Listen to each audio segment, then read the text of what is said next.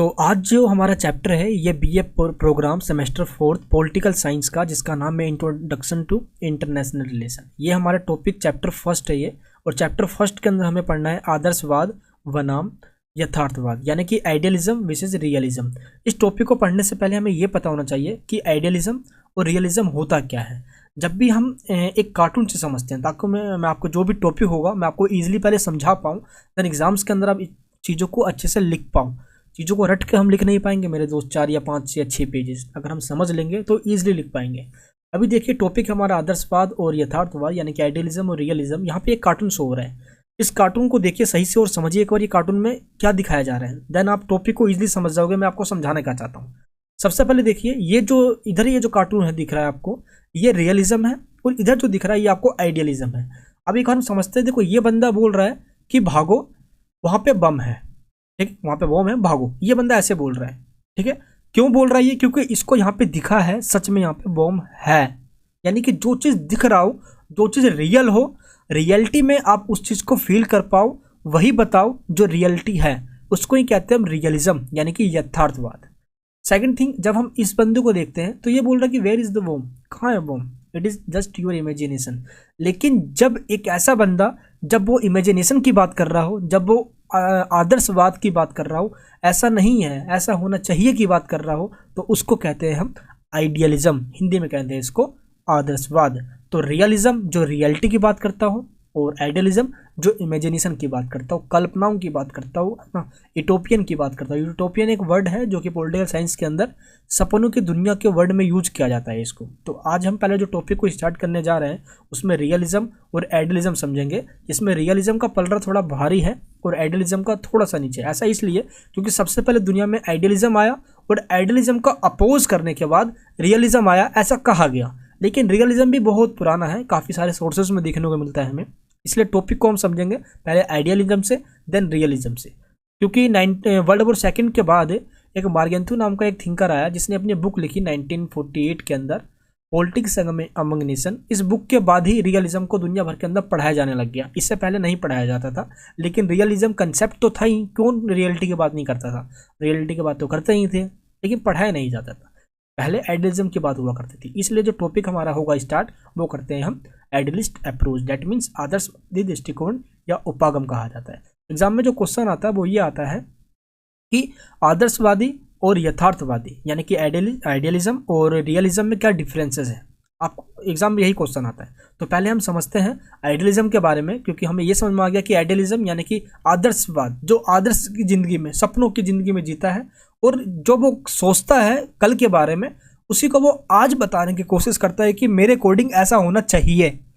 क्या है इससे मतलब नहीं होता इनको इससे मतलब होता है कि क्या होना चाहिए। इसी को बोला जाता है आदर्शवादी। तो यहाँ पे मैं आपको एक पॉइंट समझाता हूँ। ऑलवेज ये थोड़ा आपको पता होना चाहिए कि जब भी आप आंसर्स को लिखोगे तो आपको थिंकर के व्यूज या कुछ ऐसे कोटेशन से स्टार्ट करना अपना आंसर। जैसे कि मैंने यहाँ पे लिखा कि 1795 के अंदर, जो बच्चे इंग्लिश मीडियम वाले होंगे वो यहाँ पे देख सकते हैं, मैंने इसी को सेम इंग्लिश मीडियम में भी लिखा है और हिंदी मीडियम में भी लिखा है, ताकि किसी को कोई प्रॉब्लम ना हो। देखो सन 1795 की बात है, जब कॉन्ड्रसेट नाम का एक पॉलिटिकल थिंकर था, इसने अपनी एक बुक लिखी, और इस बुक के अंदर इसने ये एक कल्पना करी, एक इमेजिनेशन किया कि इमेजिन करो कि जब युद्ध ना हो और कोई भी इनइक्वालिटी विश्व में ना रही हो, कोई विषमता ना हो, कोई भी मतलब कि भेदभाव ना हो, कोई डिस्क्रिमिनेशन ना हो, ना ही कोई अत्याचार हो, तो ऐसा दुनिया कैसा लगेगा।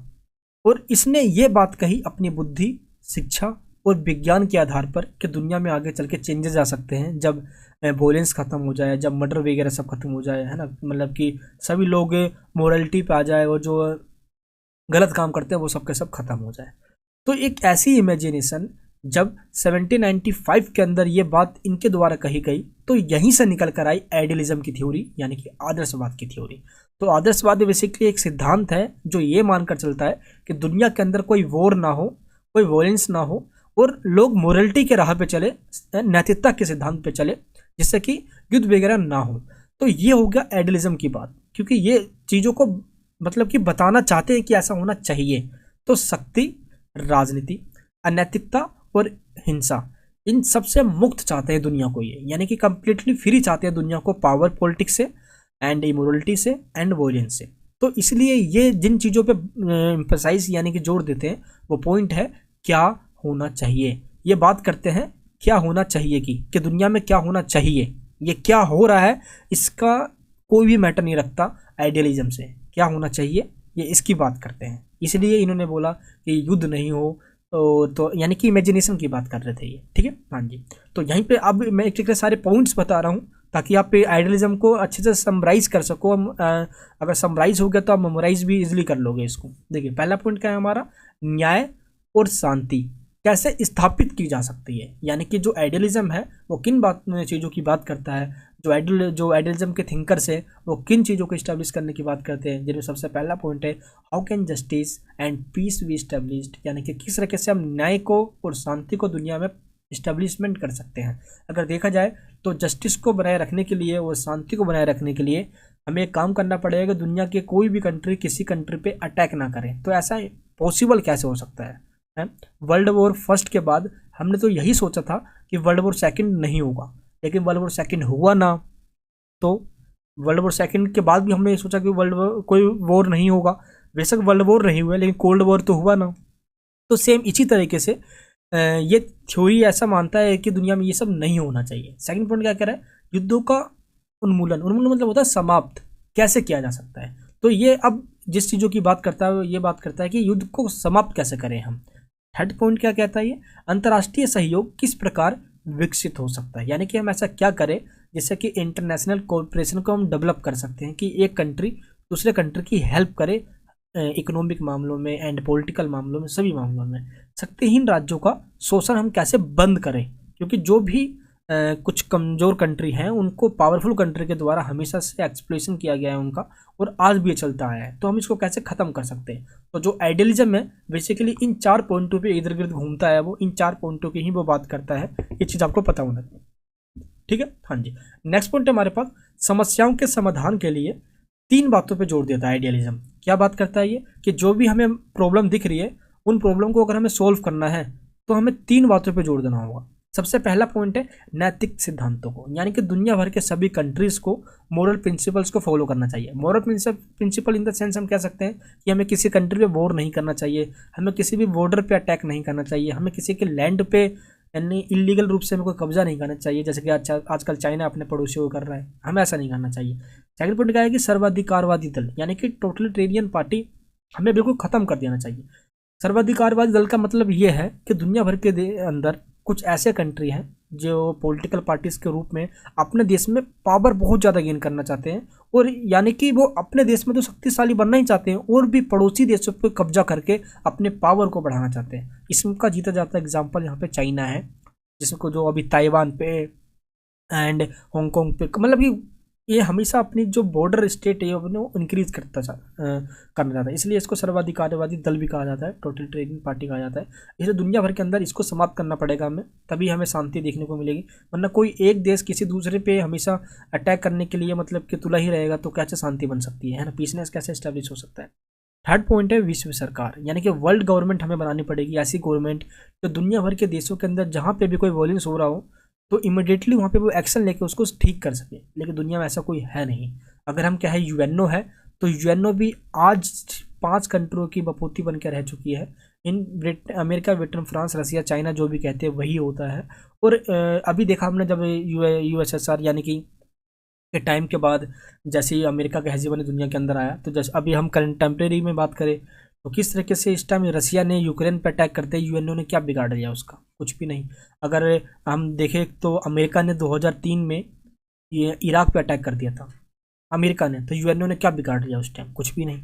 तो यूएनओ की इस टाइम रिलेवेंस काफ़ी कम हो चुकी है, विश्वास घटता जा रहा है। यूएनओ को अगर अपने रिलेवेंस फिर से लाना है, इंपॉर्टेंस बढ़ाना है, तो वो सही से एक्शन ले और ये 5 कंट्रियों का जो परमानेंट मेंबर का जो मेंबरशिप है इसको ख़त्म किया जाए, इसको और इंक्रीज़ किया जाए। ये 3 पॉइंट हैं जिसके बेस पे हम समस्याओं का समाधान कर सकते हैं। ये कहना है आइडियलिज्म थ्योरी का।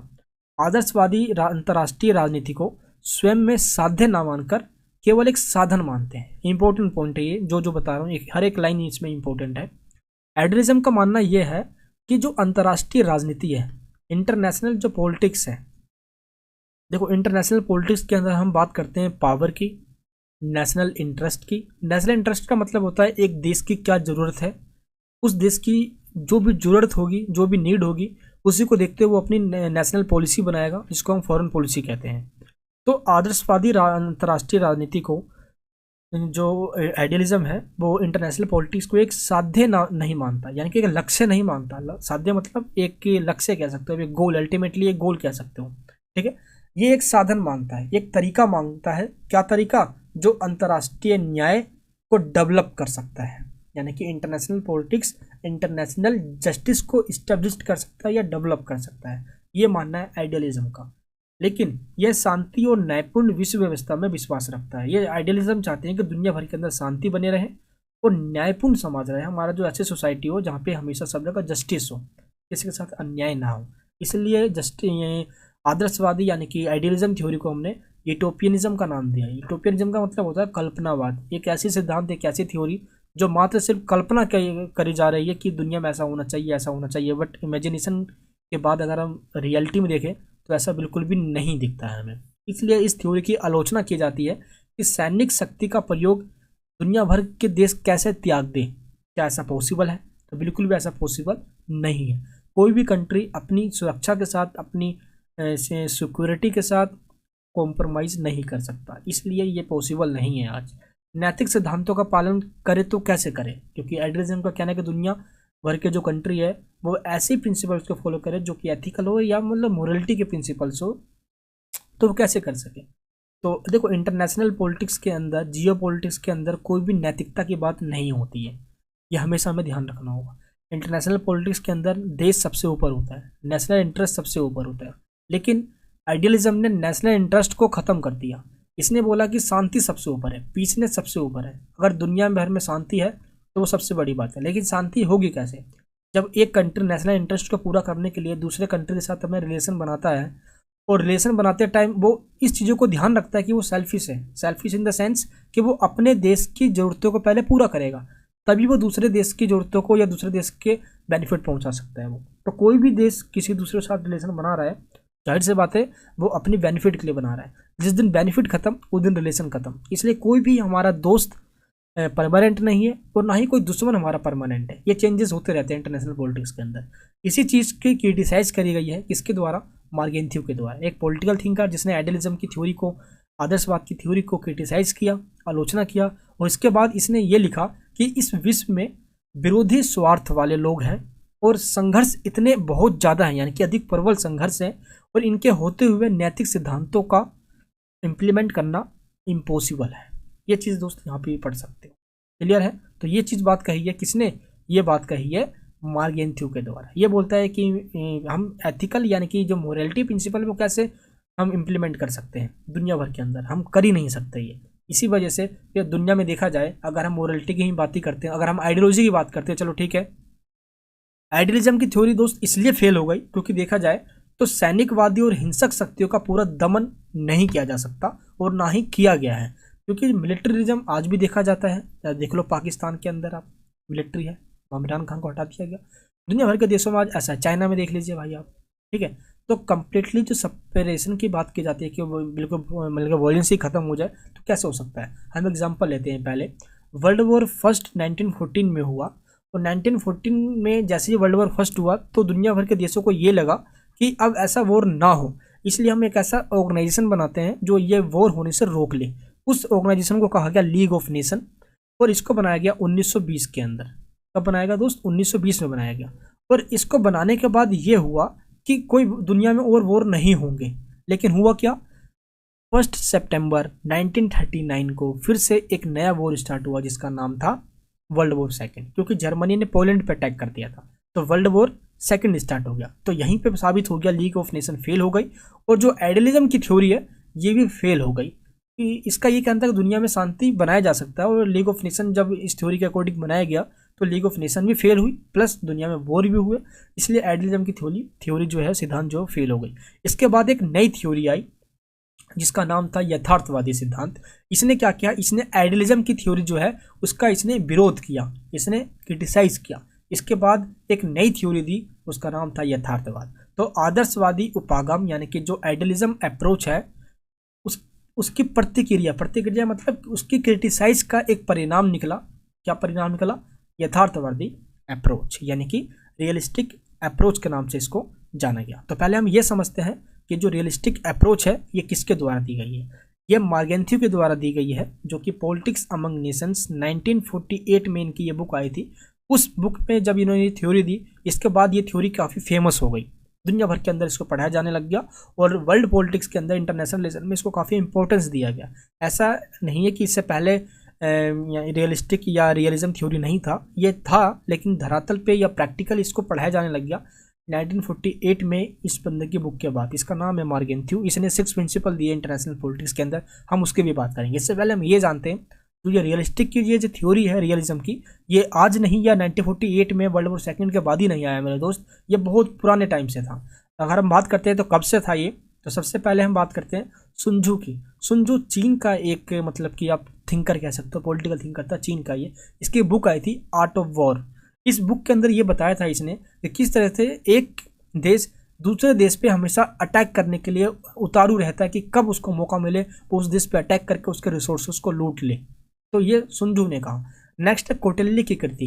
कौटिल्य ने दोस्त हमने देखा कि किस तरह से अर्थशास्त्र यानी कि इकोनॉमिक अपनी इस बुक के अंदर इसने वॉर के बारे में बताया, प्लस इसने ही ये बताया था पहले, सबसे पहले कि दुनिया के अंदर कोई भी आपका परमानेंट एनिमी नहीं है, नहीं परमानेंट कोई आपका फ्रेंड है।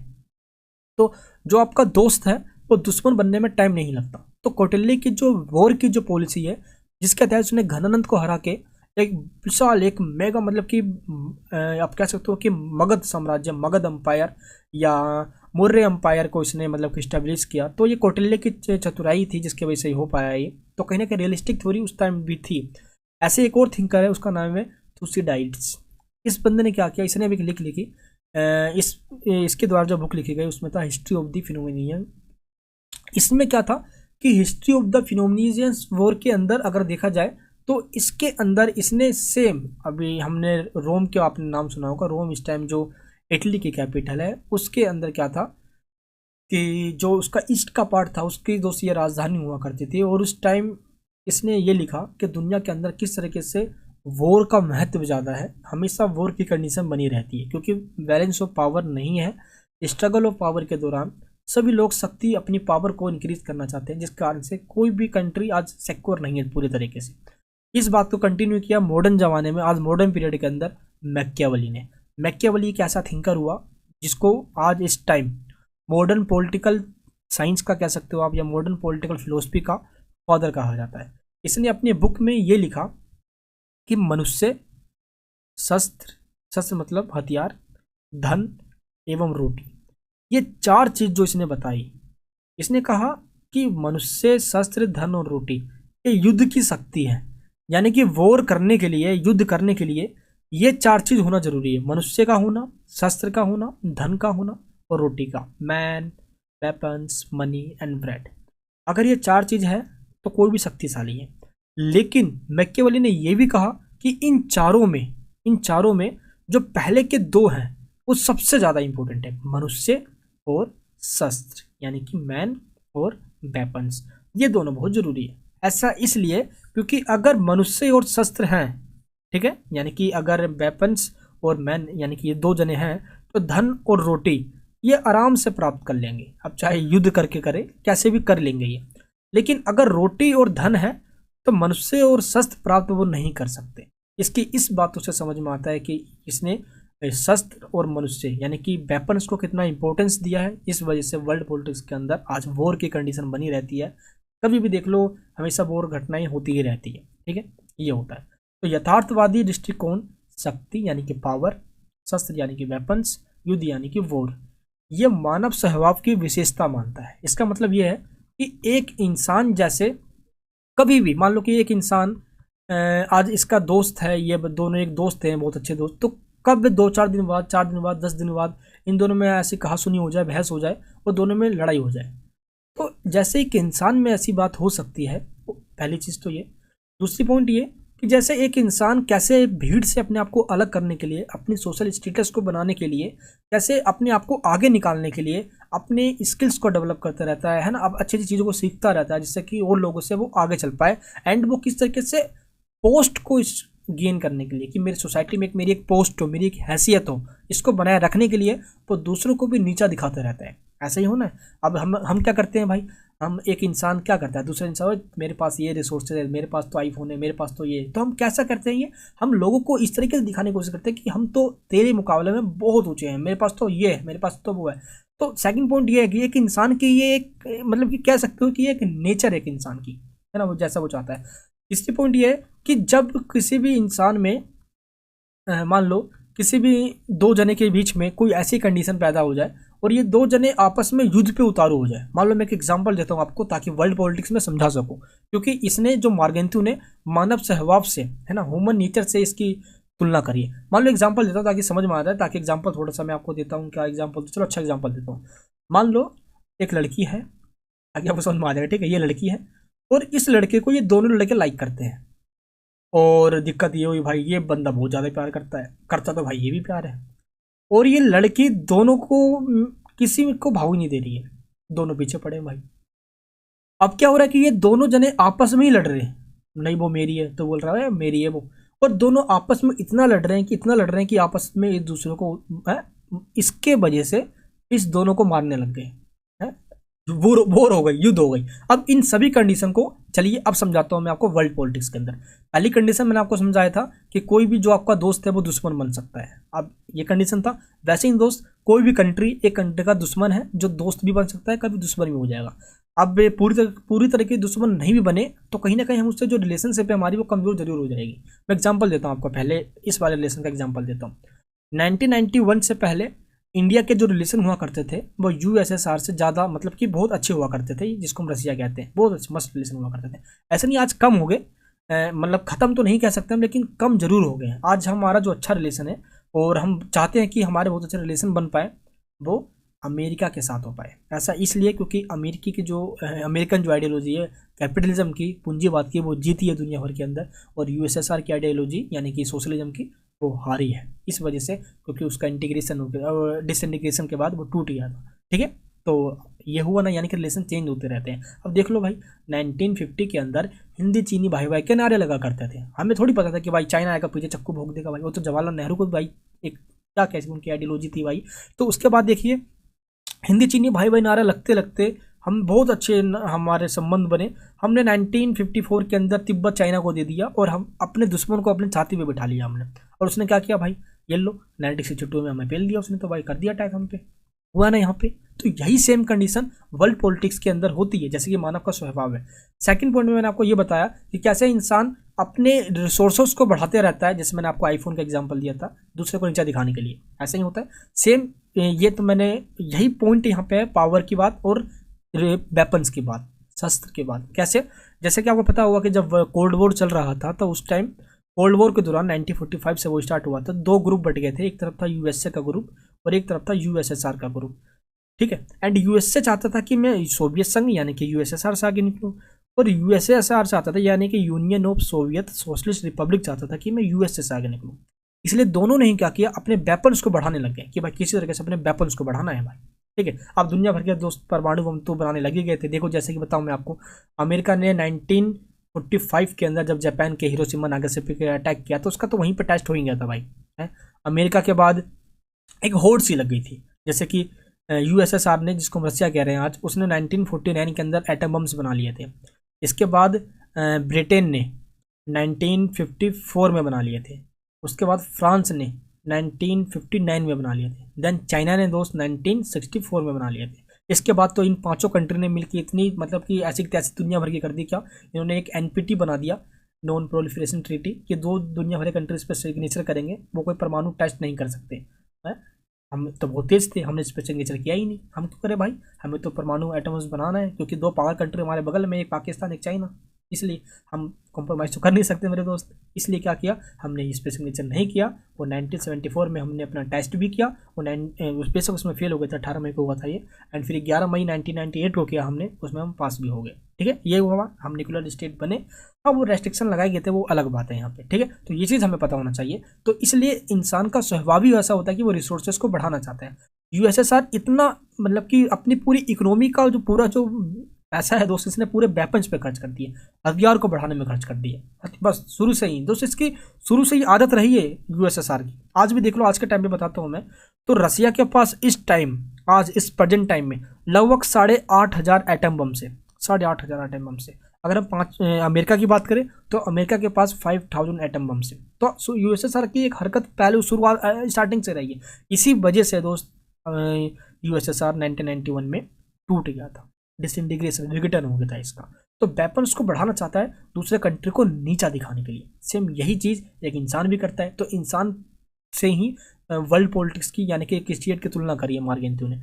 नेक्स्ट मैंने आपको बताया था, हाँ, गर्लफ्रेंड वाला एग्जाम्पल, ये अच्छा एग्जाम्पल था। यहाँ पे क्या है देखो, मैंने बोला था ये गर्ल है तो आप इसको रख लो, एक ये क्या है, एक पावर है, ये रख लो पावर यानी कि शक्ति।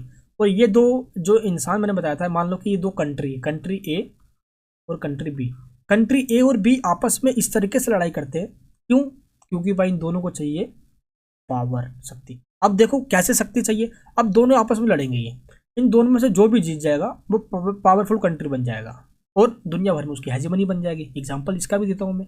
1991 में जैसे ही सोवियत संघ टूटा, दुनिया भर के अंदर अमेरिका की हेजेमनी, वर्चस्व स्थापित हो गई और आज दुनिया भर के अंदर सुपर पावर अमेरिका कहला गया। तो इस तरह के दोस्त ये कहा जाता है। ठीक है, नेक्स्ट क्या है, दूसरे लोग सदा, यानी कि जो पॉइंट है ये मार्गेंट्यू की जो थ्योरी है यथार्थवाद की, रियलिज्म की, ये इसका जन्म ही इस बात पे हुआ, यानी कि ये जो थ्योरी है इस चीज़ को या इस बात को लेकर ही इसका राइज हुआ था। क्या? कि दूसरे लोग हमेशा उसे नष्ट करने की कोशिश करते रहते हैं। आप खुद से सोचो यार, आज एक इंसान अपने, चाहे हम पॉलिटिक्स की बात करें कैसे भी, या प्रॉपर्टी की बात करें, पर दूसरों के या अपनी सोशल स्टेटस को बढ़ाने के लिए वो अपने परिवार वालों तक को मार सकता है। आज ऐसा सुनने में भी आता है काफ़ी। तो ह्यूमन नेचर है भाई, ये भी सेम ऐसा ही एक स्टेट की कंडीशन है आज। ठीक है, तो दूसरे लोग सदा उसे हमेशा नष्ट करने की कोशिश करते हैं, इसलिए अपनी रक्षा के खातिर हमेशा उसको तैयार रहना चाहिए और जो दूसरे लोग उसको नष्ट करना चाहते हैं उसको नष्ट करने के लिए हमेशा तैयार रहना चाहिए।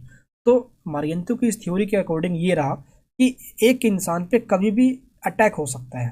तो सेम ऐसा ही वर्ल्ड पॉलिटिक्स में एक कंट्री पे कभी भी कोई भी कंट्री अटैक कर सकता है, चाहे वो कंट्री ए हो, बी हो, सी हो, कोई भी कंट्री वो अटैक कर सकता है। इसलिए उसको हमेशा रेडी रहना चाहिए अटैक करने के लिए। इसलिए दोस्त हम अपनी सुरक्षा है, जो हमें हमारे पास जो साधन है प्रोटेक्शन के, हमें उसको हमेशा इंक्रीज करके रखना चाहिए। ठीक है, क्लियर है। नेक्स्ट पॉइंट हमारे पास क्या है, राष्ट्रों के बीच विरोध एवं संघर्ष किसी न किसी रूप में बना रहता है। ठीक है, यानी कि देखेंगे तो जो कॉन्फ्लिक्ट्स है और नेशन के बीच में वो हमेशा बनी रहती है।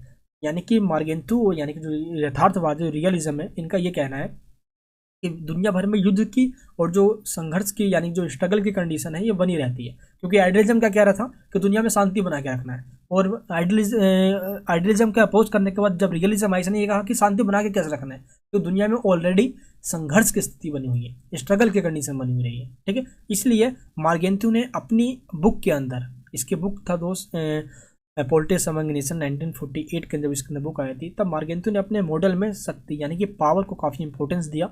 इस वजह से रियलिज्म थ्योरी को, यानी कि जो रियलिस्ट थ्योरी है ये, इसको शक्तिवादी दृष्टिकोण यानी कि पावर अप्रोच के नाम से भी जाना जाता है। एग्जाम में किसी भी पॉइंट से पूछा जा सकता है। क्लियर है। तो अंतर्राष्ट्रीय राजनीति का जो मूल आधार है वो शक्ति के रूप में परिभाषित करता है मार्गेंट्यू। ये बोलता है कि दुनिया में जो भी है वो पावर है। जैसे कि दोस्त आज दुनिया में जो भी है पैसा है, हम कहते हैं ना एक इंसान के लिए जैसे पैसा है, जो भी बस पैसा है, पैसे के पीछे भागना है, वैसे ही दोस्त दुनिया भर में जो देश है वो पावर के पीछे भागती है। जैसे कि इंसान पैसा के पीछे भागता है तो दुनिया के देश पावर के पीछे भागते हैं। क्लियर है। तो जब हम एक इंडिविजुअल इंसान की बात करेंगे तो हम पैसे की बात कर लेते हैं, है ना। जब हम एक कंट्री की लेवल की बात करते हैं इंटरनेशनल रिलेशन के अंदर तो पावर की बात की जाती है। ठीक है, तो concept of interest defined in terms of power. Clear है। तो इस तरीके से कहा जा सकता है। तो ये रियलिज्म की थ्योरी है। एग्जाम्स के अंदर जो क्वेश्चन आने के चांसेस पिछले बार भी आए हैं और इस बार भी आ सकता है वो है मार्गेंट्यू के यथार्थवाद की जो थ्योरी है इसके 6 प्रिंसिपल है। यानी कि मार्गेंट्यू ने टोटल 6 प्रिंसिपल्स दिए हैं। उनमें सबसे पहला प्रिंसिपल क्या है, वो है अंतर्राष्ट्रीय राजनीति के मानवीय व्यवहार पर आधारित है। यानी कि जो थ्योरी है मार्गेंट्यू की उसमें ये कहा गया है कि पॉलिटिक्स जो है ये मतलब कि जो इंटरनेशनल रिलेशन के अंदर क्या होता है, जो अंतर्राष्ट्रीय जो कानून, जब भी हम कोई भी चीज़ देखते हैं इसमें चाहे एक ह्यूमन बिहेवियर पे आधारित है। ठीक है, यानी कि जो अंतर्राष्ट्रीय राजनीति है वो मानव व्यवहार पर आधारित है। जैसे कि एक इंसान, मैंने आपको एग्जांपल दिया था, जैसे कि इंसान एक दूसरे से लड़ता रहता है या सोशल स्टेटस बढ़ाता रहता है, वैसे ही एक कंट्री के लेवल पे भी यही होता है। कंट्री दूसरे कंट्री पर अटैक करती रहती है, स्ट्रगल फॉर पावर चलता रहता है, अपनी पावर को इंक्रीज करना चाहती है। तो फर्स्ट पॉइंट में ये कहा जा रहा है। क्लियर है दोस्त? इंग्लिश मीडियम वाले बच्चे यहाँ पे देखते रहे। क्लियर है? चलिए, तो मैं आपको ये नोट्स वगैरह दूंगा, उसमें सबको डिफाइन रहेगा ऑलरेडी। मैं आपको पहले कंसेप्ट को समझा देता हूँ। नेक्स्ट पॉइंट क्या है? राष्ट्रीय हित को शक्ति के रूप में परिभाषित करता है, यानी कि जो इंटरेस्ट है is defined in terms of power. ये कहता है कि जो नेशनल इंटरेस्ट है, नेशनल इंटरेस्ट मैंने आपको समझाया था कि एक नेशनल इंटरेस्ट का मतलब होता है देश में क्या क्या रिसोर्सेज की कमी है, हमारे देश में वेपन्स होनी चाहिए, हमारे देश के अंदर सभी रिसोर्सेज फुलफिल होने चाहिए, लोगों को रोज़गार मिलना चाहिए, है ना। यानी कि वो सब जो हमारे देश के लिए नीड है, ठीक है, हमारे देश का डेवलपमेंट होना चाहिए एंड इकोनॉमिक पावर हमारा देश बनना चाहिए, वो सब कुछ, ठीक है। तो नेशनल इंटरेस्ट को इसने शक्ति के रूप में डिफाइन किया। इसका मतलब ये हुआ कि हमारा नेशनल इंटरेस्ट तभी पूरा हो सकता है जब हमारे पास पावर है। क्लियर है? थर्ड पॉइंट क्या है? राष्ट्रीय हित का कोई निश्चित अर्थ नहीं होता। मैंने आपको बता तो दिया कि नेशनल इंटरेस्ट, हमें एक सुपर पावर बनना है, हमारी पूरी इकोनॉमिक की जो नीड्स है वो फुलफिल होना चाहिए, ये सब तो बता, लेकिन इसका कोई एक फिक्स डेफिनेशन नहीं है। इसलिए मैंने आपको ये भी कह दिया कि नेशनल इंटरेस्ट वो सब कुछ है जो हमारे देश की ज़रूरतों को पूरा करता है और हमारे जो कह सकते हो कि जो सुरक्षा है, जो हमारी जो प्रोटेक्शन उसको बनाए रखता है, ठीक है। तो इसका कोई फिक्स डेफिनेशन नहीं है। एंड फोर्थ पॉइंट क्या है? और फिक्स डेफिनेशन इसका इसलिए भी नहीं है कि जो हमारा आज दोस्त है वो कल हमारा दुश्मन भी हो सकता है, और जो आज हमारा दुश्मन है वो कल हमारा दोस्त भी बन सकता है, ठीक है, ये ध्यान रखना है। चलिए, अंतर्राष्ट्रीय राजनीति में नैतिक मूल्यों को नहीं अपनाया जा सकता। ये पॉइंट बहुत ज़्यादा इंपॉर्टेंट है, क्योंकि इंटरेस्ट डिफाइंस पावर, ये हमने देख लिया है ना, एंड कोई ये फिक्स्ड नहीं है, ये भी हमने देख लिया। लेकिन जो ये पॉइंट कहा इसने, फिफ्थ पॉइंट, इस पॉइंट की वजह से आइडियलिज्म जो थ्योरी थी उस पर बहुत बड़ा क्रिटिसिज्म किया गया कि इस पॉइंट में ही बिल्कुल डिफाइन कर दिया गया कि इंटरनेशनल पॉलिटिक्स में नैतिकता का कोई भी स्थान ही नहीं है। और आइडियलिज्म क्या कह रहा था? आदर्शवाद, कि दुनिया भर के देशों को आइडियलिज्म की थ्योरी के अकॉर्डिंग क्या मोरलिटी के राह पर चलना चाहिए, एथिकल प्रिंसिपल्स को फॉलो करना चाहिए। लेकिन एथिकल प्रिंसिपल फॉलो कर लेंगे तो हम अपनी सुरक्षा को खतरे में डाल देंगे। इसलिए 6 पॉइंट क्या है? अंतर्राष्ट्रीय राजनीति को अपनी स्वायत्ता होती है कि वो जो भी वो चाहता है वो इस तरीके से कर सकता है ताकि वो उसकी जो पावर है, जो उसकी कह सकते हो सोशल स्टेटस है पूरे वर्ल्ड के अंदर, वो इंक्रीज हो सके, बढ़ सके, ठीक है। The political realism maintains autonomy of the political sphere, यानी कि जो दुनिया भर में जो कंट्री है वो अपनी एटोनॉमी को बना कर रखे। एटोनॉमी का मतलब होता है अपनी इंडिपेंडेंस को बना कर रखे, ताकि कोई दुनिया का कोई और कंट्री आके उस पर इस तरीके से प्रेशर ना बनाए, उसको टॉर्चर ना करे अपने नेशनल इंटरेस्ट को चेंज करने में या फॉरेन पॉलिसी को चेंज करने में, ताकि वो स्वतंत्र बने रहे। अब जैसे ही आइडियलिज्म देखा हमने देखा कि आइडियलिज्म की थ्योरी को क्रिटिसाइज किया गया रियलिज्म के द्वारा, यानी कि यथार्थवाद के द्वारा, और यथार्थवाद की थ्योरी को क्रिटिसाइज किया गया नव यथार्थवाद के द्वारा, यानी कि न्यू रियलिस्ट थ्योरी के द्वारा। ये जो थ्योरी है, ये थ्योरी केनेथ वोल्टेज के द्वारा दी गई है। इसकी एक बुक थी, उस बुक का नाम था थ्योरी ऑफ इंटरनेशनल पॉलिटिक्स, जो कि 1979 में आई थी। इसके अंदर इसने ये बताया कि अंतर्राष्ट्रीय व्यवस्था की जो संरचना है वो काफ़ी अराजकता वाली बनी हुई है। इसी कारण से दुनिया भर के अंदर युद्ध की स्थिति बनी रहती है। क्यों? क्योंकि हमने देखा कि मार्गेंथू ने कहा रियलिस्टिक थ्योरी में कि दुनिया में युद्ध की स्थिति बनी हुई है, कभी भी युद्ध हो सकती है, इसलिए हमेशा हमें तैयार रहना चाहिए अटैक करने के लिए। तो लेकिन केनेथ वोल्टेज कहता है कि हाँ, ये बात सच है कि दुनिया के अंदर युद्ध की स्थिति बनी रहती है, कोई भी किसी पर अटैक कभी भी कर सकता है, इसलिए हमें अपने पावर को बढ़ा कर रखना चाहिए, और अराजकता का कारण बना रहता है। तो इसका ये कहना है किसका? केनेथ वोल्टेज का, न्यू रियलिस्टिक थ्योरी के अंदर, कि जो अंतर्राष्ट्रीय व्यवस्था की जो संरचना है वो काफ़ी अराजक है। अराजक का मतलब ये होता है कि कोई भी सुप्रीम पावर नहीं है, यानी कि राज्यों के ऊपर, यानी कि राज्य के दुनिया भर के जो भी कंट्री है उन कंट्रियों के ऊपर कोई ऐसी शक्ति नहीं है, कोई ऐसी ऑर्गेनाइजेशन नहीं है, कोई ऐसी गवर्नमेंट नहीं है जो कोई भी मीडिएटर की रोल निभा सके, भूमिका निभा सके, जिसके बीच में कभी कोई दो जने के कंट्री में कोई वॉर हो तो उसको ठीक या शांत करवा सके।